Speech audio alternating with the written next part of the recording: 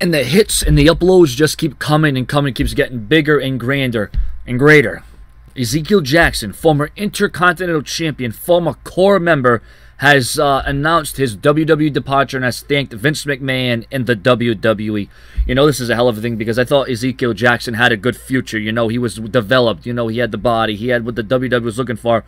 You know, he had that strength. But there was a few missing key components, like a push, like actually not just sitting backstage flipping his thumbs. Yes, he dealt with some injuries. You know, there was some things that held Ezekiel Jackson back, but I think the WWE could have better utilized this man.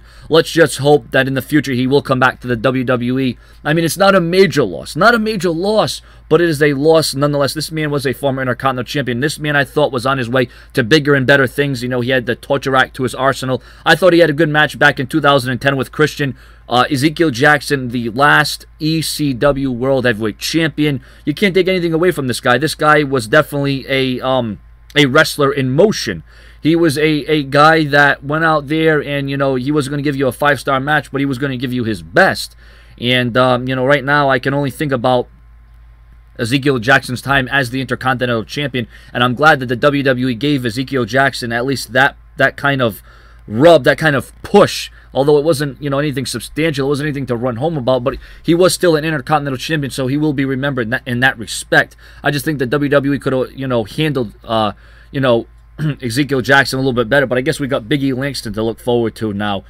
You know, you got guys in the future that I think the WWE will better develop. And like I said, not to say that Ezekiel Jackson wasn't developed. It's just, you know, wasn't the right positioning, wasn't the right time, perhaps wasn't the right place.